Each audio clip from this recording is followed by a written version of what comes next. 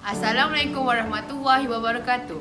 Saya Naim Syarah binti Muhammad Syidi dari TV Perwira akan mengajarkan kawan-kawan tentang Geografi tingkatan 3 bab 6 bentuk muka bumi di Malaysia. Jom kita saksikan. Baiklah rakan-rakan, sekarang kita akan tengok 4 jenis bentuk muka bumi yang ada di Malaysia. Pertama ialah tanah tinggi. Kedua, tanah pamah. Ketiga, pinggir laut. Dan terakhir sekali ialah saliran. Baiklah kawan-kawan, sekarang saya akan terangkan tentang tanah tinggi. Tanah tinggi ialah kawasan yang tingginya melebihi 180 meter dari aras laut merangkumi banjaran, gunung dan dataran tinggi. Kebanyakan banjaran terbentuk akibat daripada proses lipatan dan terdapat di bahagian tengah semenanjung Malaysia, pedalaman Sarawak dan di barat serta tengah negeri Sabah. Baiklah kawan-kawan, sekarang saya akan terangkan tentang kepentingan tanah tinggi. Mari kita lihat dari sudut pelancongan dahulu.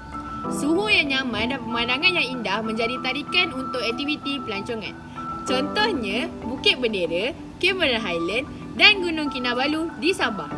Dari sudut pertanian pula, tanah yang subur dan suhu yang nyaman menggalakkan penanaman tanaman hawa sederhana seperti sayur-sayuran, buah-buahan dan bunga-bungaan. Contohnya, Kundasang di Sabah dan Cameron Highland di Pahang. Akhir sekali, mari kita lihat dari sudut menjana kuasa hidroelektrik. Kawasan tanah tinggi yang menerima hujan yang banyak sesuai untuk membina empangan bagi menjana kuasa hidroelektrik. Contohnya, empangan Kenyir dan empangan Baku. Okey, sekarang kita akan masuk tentang bentuk muka bumi kedua iaitu tanah pamah. Kawasan yang rendah dan ketinggian tidak melebihi 180 meter dari paras laut. Antara kawasan tanah pamah ialah lembangan sungai, dataran, delta dan dataran pantai. Contohnya, dataran Kelantan, dataran Kedah Perlis, delta Rajang dan delta Segama. Okey kawan-kawan, sekarang saya akan ceritakan tentang kepentingan tanah pamah pula.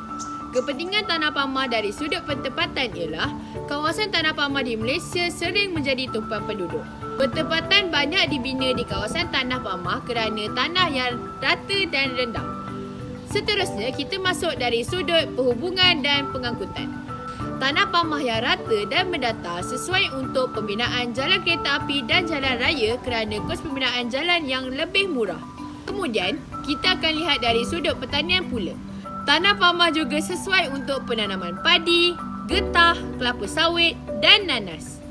Akhir sekali, kita akan lihat dari sudut perindustrian dan perdagangan.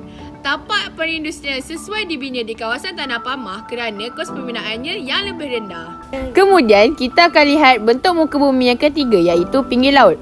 Ciri pinggir laut yang panjang ialah 4,800 km. Terdapat pelbagai bentuk muka bumi pinggir laut seperti pulau, teluk, tanjung, lagun, pantai, batu tunggul dan batu sisa. Malaysia dikelilingi laut cetek yang terletak atas pentas benua dikenali sebagai pentas Sunda. Seterusnya, kita akan lihat kepentingan pinggir laut. Dari sudut perikanan, penduduk yang tinggal di pinggir laut kebanyakannya bekerja sebagai nelayan. Pinggir laut Malaysia yang cetek membolehkan aktiviti perikanan dijalankan. Dari sudut pelabuhan pula, pinggir laut Malaysia yang berteluk dan terlindung daripada tiupan angin kencang sesuai dijadikan tapak pelabuhan. Dari sudut pelancongan, pantai dan pulau yang cantik dan bersih menjadi daya tarikan pelancongan tempatan dan pelancongan asing. Akhir sekali dari sudut perhubungan, pesisir pantai Malaysia kaya dengan mineral petroleum dan gas asli. Sumber ini terdapat di luar pesisir pantai Terengganu, Sabah dan Sarawak. Akhir sekali, kita akan lihat bentuk muka bumi yang keempat iaitu saliran. Saliran di Malaysia merujuk kepada sungai dan tasik. Sungai di Malaysia berpunca dari kawasan tanah tinggi. Terdapat juga tasik semula jadi dan tasik buatan manusia. Sekarang kita akan memahami tentang kepentingan saliran. Dari sudut sepadan semula jadi, sungai menjadi sepadan negeri dan sepadan antarabangsa. Dari sudut tapak bina stesen hidroelektrik, bahagian hulu sungai yang beraliran deras diempangan untuk menjana kuasa hidroelektrik.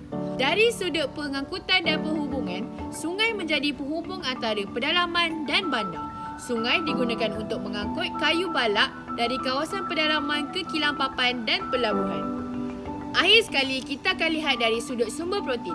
Sungai dan tasik memekarkan sumber ikan air tawar seperti ikan talapia, ikan jelawat dan udang galah. Mudahkan kawan-kawan untuk faham 4 jenis bentuk muka bumi di Malaysia. Maka sampai di sini saja perkongsian saya Naim Syairah binti Muhammad Rashidi dari TV Perwira. Jangan lupa tekan butang like dan subscribe. Bye!